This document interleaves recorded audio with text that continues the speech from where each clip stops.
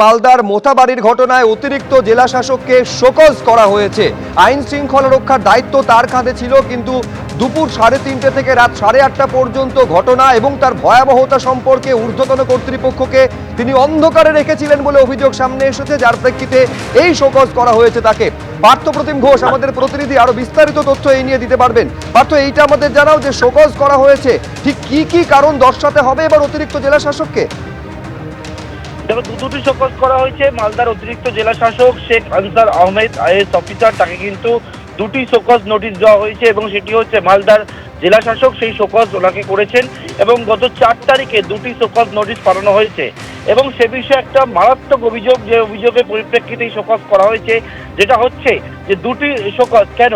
এক হচ্ছে 1 তারিখ যে ভয়ঙ্কর পরিস্থিতি তৈরি হয়েছিল, সেই দিন সকাল 11:30টার সময় ওনাকে দায়িত্ব দেওয়া হয়েছিল, সেটা হচ্ছে কালিয়াচক এলাকার কি পরিস্থিতি, সেই পরিস্থিতি নিয়ন্ত্রণে আনার জন্য ওনাকে ল অ্যান্ড অর্ডার ডিউটি কিন্তু দেওয়া হয়েছিল।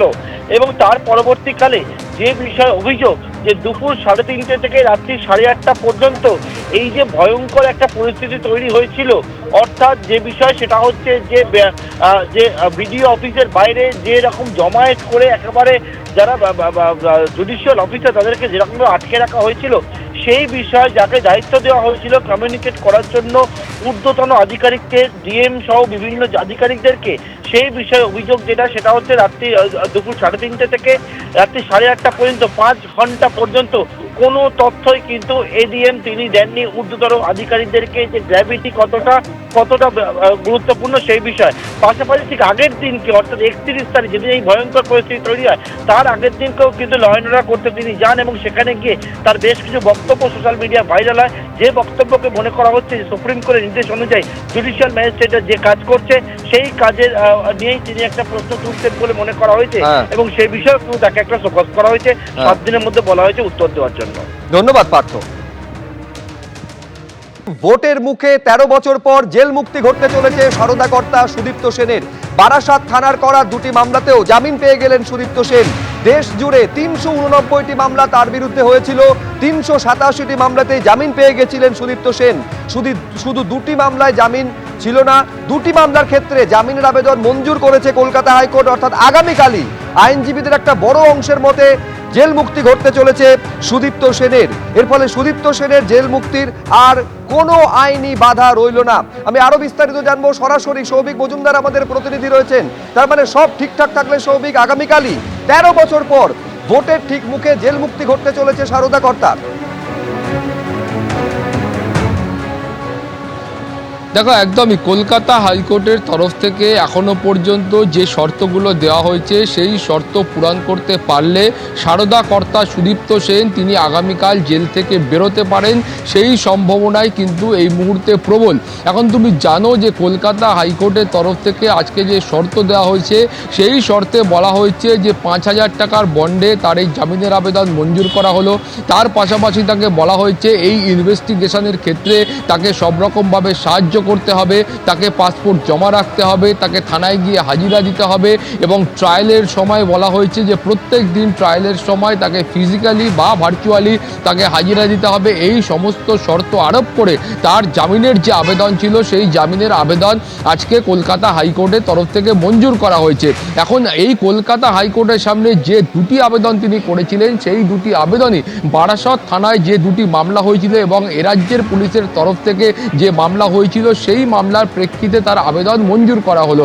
এখন 2013 সালে এই দুটি মামলা হয় এবং সেখানে বলা হয়েছিল যে বারাসাত পিএস কেস নাম্বার 901 এবং 937 এই দুটো কেসের ক্ষেত্রেই কিন্তু তার আবেদন আজকে মঞ্জুর করা হয়েছে এবং সেখানে প্রথমত তাদের আইনজীবী অর্থাৎ অভিযুক্ত পক্ষের যারা আইনজীবী ছিলেন, সুদীপ্ত সেনের যারা আইনজীবী ছিলেন, তাদের বক্তব্য ছিল এর ক্ষেত্রে যে প্রথম মামলা ছিল সেই প্রথম মামলার ক্ষেত্রে 2014 সালে পুলিশের তরফ থেকে একটা চার্জশিট পেশ করা হয়, কিন্তু সেই চার্জশিট পেশ করার পরে আইন মোতাবেক অভিযুক্ত পক্ষের যে ডকুমেন্ট প্রাপ্য থাকে সেই ডকুমেন্ট কিন্তু 1 দশকের বেশি সময় কেটে যাওয়ার পরেও তারা এখনো পর্যন্ত হাতে পাননি। ফলে এই গোটা মামলার যে বিচার প্রক্রিয়া কবে সেটা গিয়ে সম্পূর্ণ হবে সেটা এখনো পর্যন্ত নিশ্চিত নয়। 1, 2 বলা হয়েছিল যে এই বারাসত থানার দ্বিতীয় যে কেস রয়েছে সেই দ্বিতীয় কেসের এখনো পর্যন্ত যে পুলিশের কাছে অরিজিনাল ডকুমেন্ট ছিল সেই অরিজিনাল ডকুমেন্ট কিন্তু মিসিং হয়ে গিয়েছে, অরিজিনাল ডকুমেন্ট হারিয়ে গিয়েছে।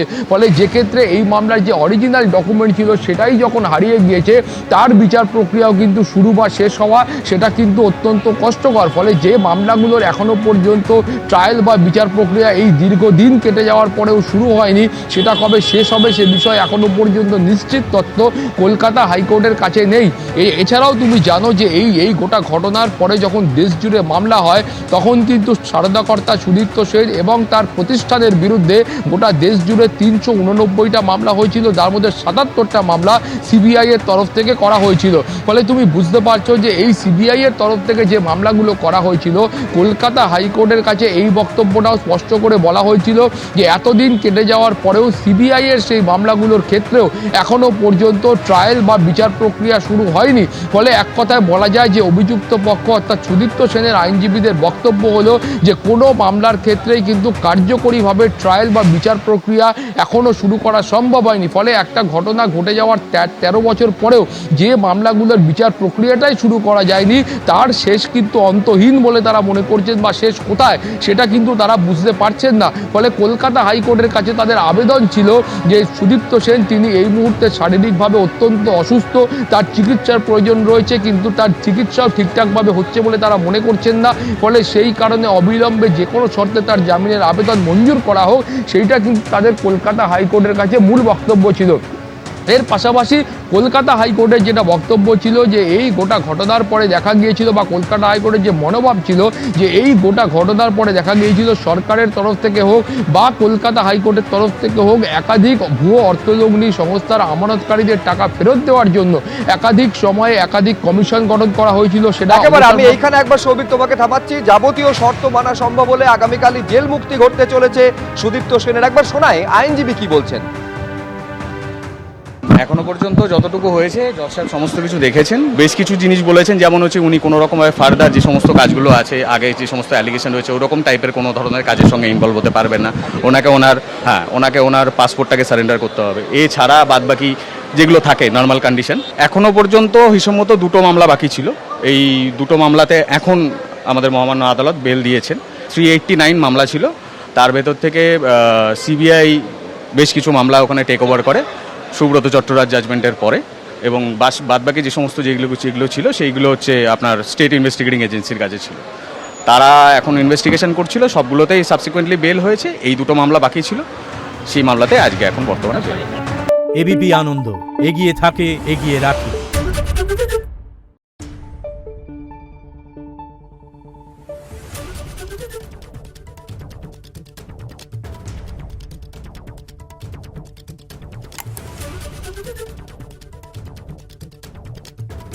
Thank you.